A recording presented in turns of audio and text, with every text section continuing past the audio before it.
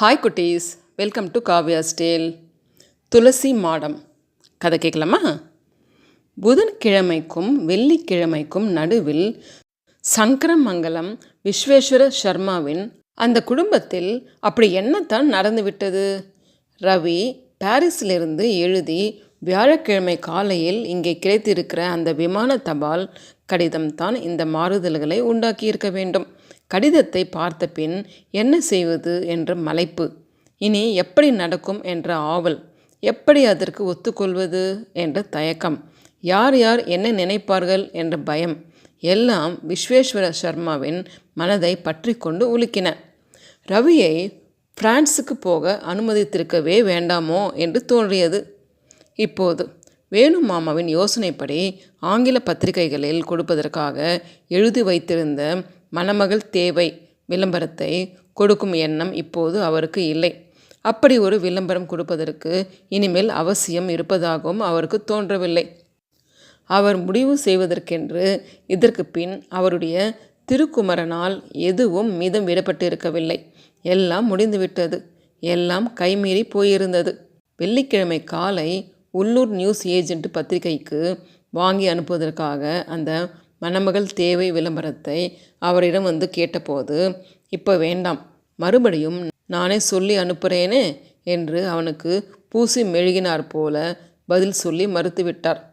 புதன்கிழமை காலையில் பத்திரிகை போடும்போது, நாளன்னைக்கு வெள்ளிக்கிழமை காலம்பர ஒரு விளம்பரம் தரேன், அதை பேப்பருக்கு அனுப்பிடணும், என்ன பணம் ஆறுதுன்னு கணக்கு பார்த்து சொன்னால் அதுக்கு கூடவே செக் எழுதி தந்துடுறேன் என்று கூறியிருந்தவர் வெள்ளிக்கிழமை அந்த எண்ணத்தை உடனே கைவிடும்படி அப்படி என்ன ஆயிற்று என்று புரியவில்லை. தனக்கு கிடைக்க இருந்த விளம்பர கமிஷன் போய்விட்டதே என்று ஏஜென்ட்டுக்கு வருத்தம். அந்த ஊரிலும் அக்கம் பக்கத்து ஊர்களிலுமாக இப்படி ஏதாவது 10-12 விளம்பரங்களை வாங்கி அனுப்புவதன் மூலம் பத்திரிகைகளின் விற்பனை கமிஷன் தவிர விளம்பர கமிஷனாகவும் அவனுக்கு ஏதாவது கிடைக்கும். ஏஜென்ட்டை பொறுத்தவரை அந்த மாத விளம்பரங்களில் ஒன்று இப்போது போய்விட்டது, நஷ்டம்தான்.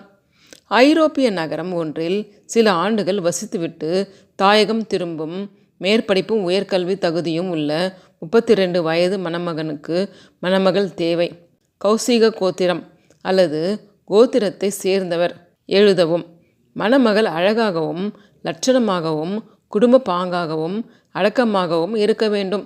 BA வரை படித்திருந்தால் நல்லது, குறைந்தபட்சம் SSLCயாவது பாஸ் செய்திருக்க வேண்டும். புகைப்படம் முதலிய விவரத்தோடு ஜாதகமும் அனுப்ப வேண்டும் என்னும் பொருள்பட ஆங்கிலத்தில் தயாரிக்கப்பட்டிருந்த அந்த சிறிய விளம்பரம் வேணு மாமாவின் ஆலோசனையோடு தயாரிக்கப்பட்ட உடனேயே பாரிஸுக்கு ஒரு காப்பி அனுப்பப்பட்டது. விஸ்வேஸ்வர சர்மாவின் பிள்ளை ரவிக்கு அதை முதலில் அனுப்ப சொன்னதே வேணுமாமா தான். வேணுமாமாவின் பிள்ளை சுரேஷுக்கு பாரிஸில் உள்ள யுனெஸ்கோ அலுவலகத்தில் பெரிய உத்தியோகம்.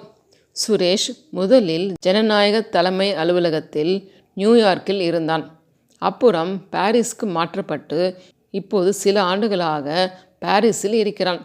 பாரிஸில் குடும்பத்தோடு வசித்து வந்த சுரேஷ் அங்கு வந்ததிலிருந்தே தன் தந்தையையும் ஒரே தங்கையும் வர சொல்லி சங்கரமங்கலத்துக்கு எழுதி கொண்டே இருந்தான். வேணுமாமாவும் அவர் பெண்ணும் அசையவே இல்லை. கடைசியாக 4-5 மாதங்களுக்கு முன்பு சுரேஷ் 2 பேருக்குமாக அங்கிருந்து விமான டிக்கெட்டையே வாங்கி அனுப்பிவிட்டான். வேணுமாமாவும் அவர் பெண்ணும் பாரிஸ், லண்டன் எல்லாம் சுற்றி பார்த்துவிட்டு திரும்பிய பின்பு தான் பாரிஸில் இருக்கும் தன் பிள்ளை ரவியை பற்றிய சில விவரங்கள் விஸ்வேஸ்வர சர்மாவுக்கு தெரிந்தன. வேணுமாமா அந்த விவரங்களை தெரிவித்த போது முதலில் விஸ்வேஸ்வர சர்மாவால் அவற்றை நம்பக்கூட முடியவில்லை. வேணுமாமா என்னவோ மிகவும் எச்சரிக்கையாகவும் பாதுகாப்பாகவும் தான் சர்மாவிடம் அதை சொல்லியிருந்தார். புறங்கூறுவது போலவோ குறை சொல்வது போலவோ அவர் சர்மாவிடம் அதை கூறவில்லை. உமக்கு தகவல் தெரியணுங்கிறதுக்காகத்தான் இதை சொன்னேன். உடனே கோபத்தோடு அசட்டு பிசட்டுன்னு ஆத்திரப்பட்டு அவனுக்கு லெட்டர் எழுதிப்பிடாதையும். எழுதுறதானா கூட இந்த காலத்து பிள்ளைகளுக்கு இதெல்லாம் ரொம்ப நாசூக்காகவும் மனசு புண்படாமலும் எழுதணும். ஏண்டா, போன இடத்தில் நீ பாட்டுக்கு யாரோ ஒரு ஃப்ரெஞ்சு பெண்ணை காதலிக்கிறியாமேன்னு எழுதாதீரும். நீ இந்த தடவை ஊருக்கு வரும்போது உனக்கு கல்யாணம் பண்ணிடலாம்னு நானும் உங்கள் அம்மாவும் நினைக்கிறோம். பேப்பரில் இந்த மாதிரி விளம்பரம் பண்ண உத்தேசித்திருக்கிறேன்னு எழுதும். அதுக்கு அவன் என்ன பதில் எழுதுறான்னு பார்க்கலாம் என்பதாக வேணுமாமா தான் அந்த யோசனையை சொல்லியிருந்தார். அந்த யோசனைப்படி ஷர்மா ரவிக்கு 2 வாரம் முன்பு எழுதியிருந்த கடிதத்துக்கு தான் வியாழக்கிழமை காலை சுருக்கமாகவும் தீர்மானமாகவும் ஓரளவு கண்டிப்பாகவும் பாரிஸிலிருந்து பதில் வந்திருந்தது. ரவியின் கடிதம் சற்றே பதற்றத்தோடும் அவசரத்தோடும் எழுதப்பட்டிருந்தது போல் தோன்றியது. மணமகள் தேவை, விளம்பரம் அவசியமில்லை, அதை உடனே நிறுத்தவும். இங்கு சில மாதங்களுக்கு முன்பு வந்திருந்த வேணுமாமாவோ அவர் பெண் வசந்தியோ என்னை பற்றி விவரங்களை உங்களுக்கு சொல்லியிருப்பார்கள் என்று நினைக்கிறேன். அவர்கள் அந்த விவரங்களை எல்லாம் சொல்லியதன் பின் உங்களுக்கு எழுந்த சந்தேகத்தின் பேரில் நீங்கள் எழுதியிருந்தாலும் சரி, எந்த விவரமும் உங்களுக்கு தெரியாமல் நீங்களாகவே எனக்கு எழுதியிருந்தாலும் சரி, என் பதில் இதுதான். இதில் மாறுதல் எதுவும் எதிர்பார்க்க வேண்டாம்.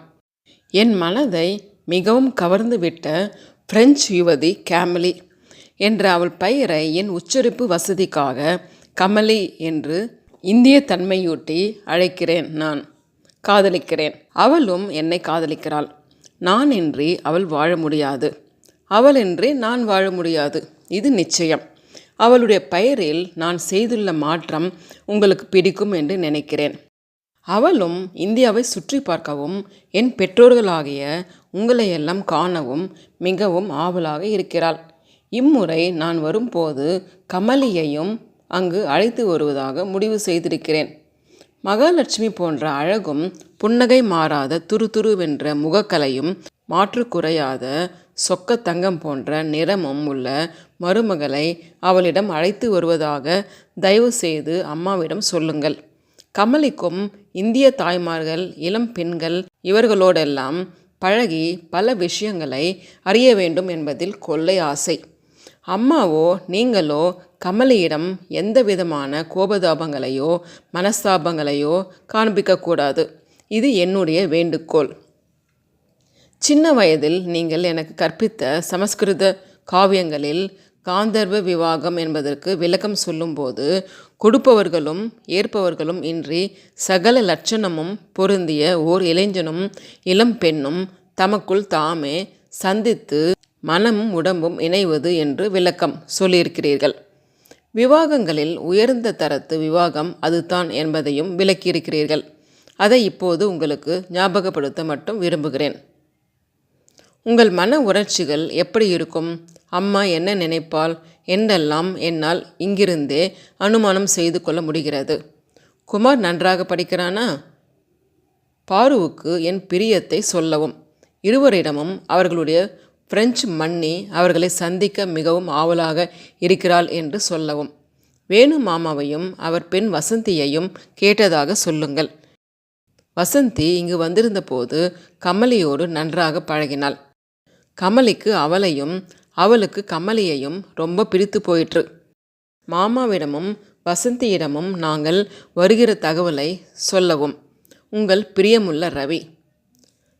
அருமை பிள்ளையாண்டான் ரவியின் இந்த கடிதத்தை திரும்ப திரும்ப பல முறை படித்துவிட்டார் ஷர்மா. அவருடைய மனைவி காமாட்சி வேறு தொணத்தாள். ஏன்னா நீங்கள் ஒரேடியாக கவலையில் முழுகிறாப்புல ரவி அப்படி என்னத்தான் எழுதியிருக்கான்? எனக்கும் தான் கொஞ்சம் படித்து சொல்லுங்களேன், கேட்கிறேன். உனக்கு இப்போ ஒன்றும் தெரிய வேண்டாம். நீ குய்யோ முறையோன்னு கூப்பாடு போட்டு ஊரையே கூட்டிப்பிடுவ. விஷயம் ரசபாசமாயிடும். நீங்கள் படித்து காட்டலைன்னா அதை படித்து தெரிஞ்சிக்க முடியாதுன்னு நினச்சிக்க வேண்டாம். பாருவை படிக்க சொல்கிறேன். இல்லைன்னா சாயங்காலம் குமார் வந்தானா அவனை படிக்க சொல்லி கேட்பேன். காமாட்சி அம்மாள் இப்படி சொல்லவே ஷர்மா முன் ஜாகிரதையாக அந்த கடிதத்தை இரும்பு பெட்டியில் வைத்து பூட்டிக்கொண்டார். இரும்பு பெட்டி சாவி எப்போதும் அவர் இடுப்பை விட்டு இறங்காது. சாதாரணமாகவே தூண்டி துருவி விசாரிக்கும் இயல்புள்ள காமாட்சி அம்மாளிடம் உனக்கு இப்போ ஒன்றும் தெரிய வேண்டாம், நீ குய்யோ முறியோன்னு கூப்பாடு போட்டு ஊரையே கூட்டிப்பிடுவ, விஷயம் ரசபாசமாயிடும் என்று அவர் பதில் சொல்லிய விதமே அவள் ஆவலை அதிகப்படுத்தி விட்டிருக்கும். காமாட்சி அம்மாளுக்கு கொஞ்சம் காது மந்தம். வழக்கம் போல் உனக்கு இப்போ ஒன்றும் என்று இறந்து உரத்த குரலில் தொடங்கிய ஷர்மா அந்த முதல் 3 சொற்களுக்கு பின் ஒலியை மெதுவாக்கி மற்ற வார்த்தைகளை மென்று விழுங்கினார் போல் அமுக்கிவிட்டார்.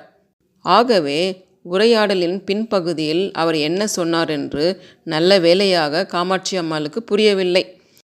சங்கரமங்கலம் அக்ராகாரம் மற்ற எல்லா அக்ராகாரங்களைப் போல வம்பு தும்புகளும் புறம் பேசுதலும் பொருளற்ற விரோதங்களும் பயனற்ற முரண்டுகளும் நிறைந்தது தான்.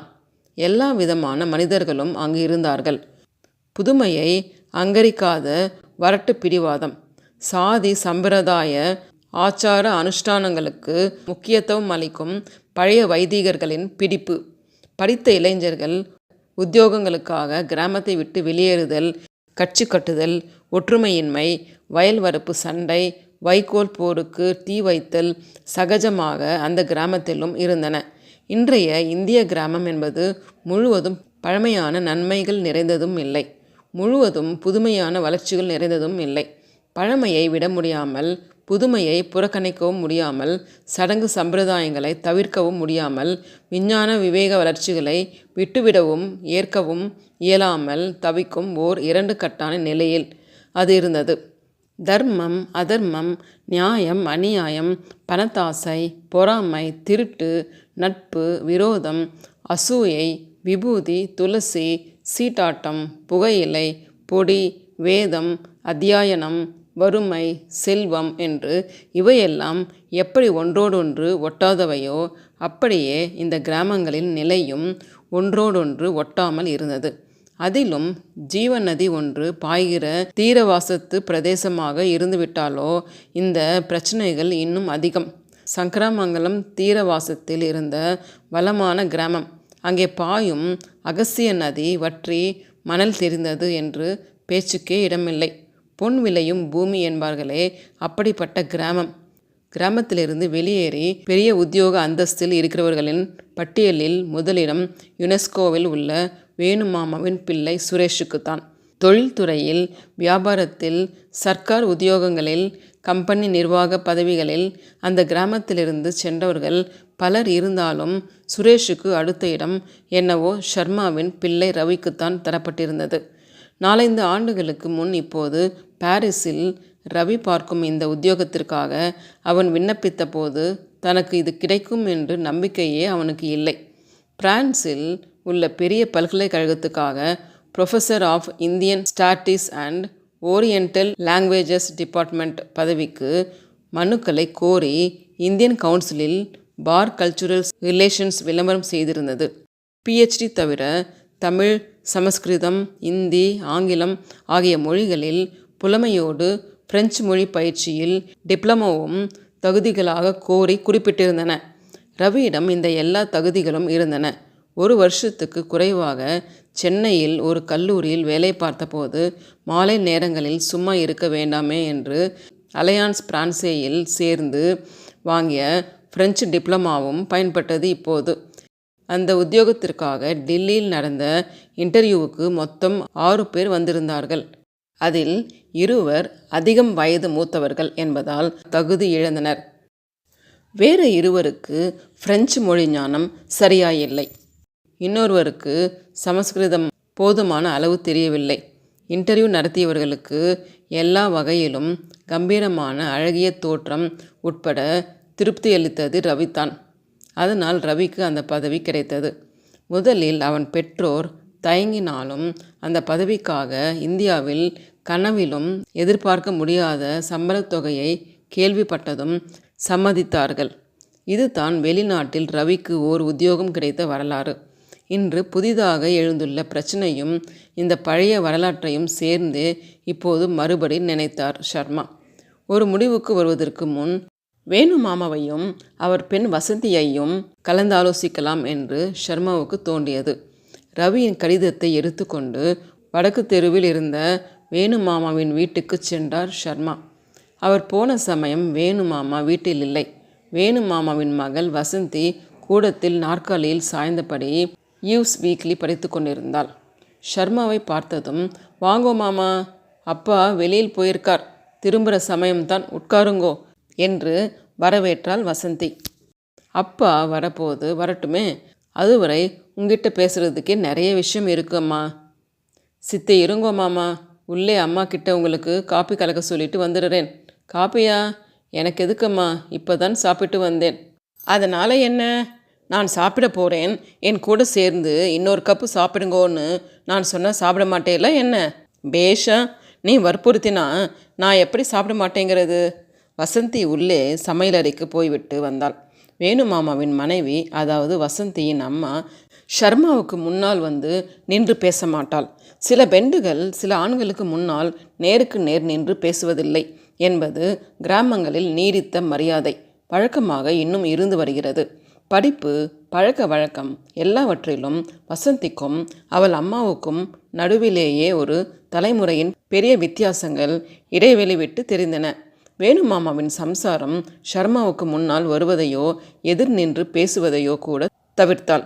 வேணுமாமாவின் பெண் வசந்தியோ ஷர்மாவுக்கு முன் நாற்காலியில் அமர்ந்து எந்த விஷயத்தையும் பற்றி அவரோடு நேருக்கு நேர் விவாதிக்கவும் சிரித்து பேசவும் தயாராக இருந்தாள். என்ன மாமா, ரவிக்கிட்ட இருந்து உங்கள் லெட்டருக்கு பதில் வந்ததா? வந்திருக்குமா? அது விஷயமாத்தான் உங்ககிட்டவும் உங்கள் அப்பா கிட்டவும் பேசிட்டு போகலாம்னு வந்தேன். என்ன எழுதியிருக்கான் மாமா? ரவியின் கடிதத்தை அப்படியே எடுத்து வசந்தியிடம் நீட்டினார் ஷர்மா. வசந்தி கடிதத்தை படித்துவிட்டு அவரிடம் திருப்பி கொடுத்தாள். கமலி ரொம்ப தங்கமான பெண் என்ற பாராட்டுரை வசந்தியின் வாய் நுனி வரை வந்துவிட்டது. ஷர்மா எப்படி என்ன மனநிலையோடு வந்திருக்கிறாரோ என்றெண்ணி அந்த வார்த்தைகளை அப்போது அவசரப்பட்டு சொல்ல விடாமல் தன்னை கட்டுப்படுத்தி கொண்டாள் அவள்.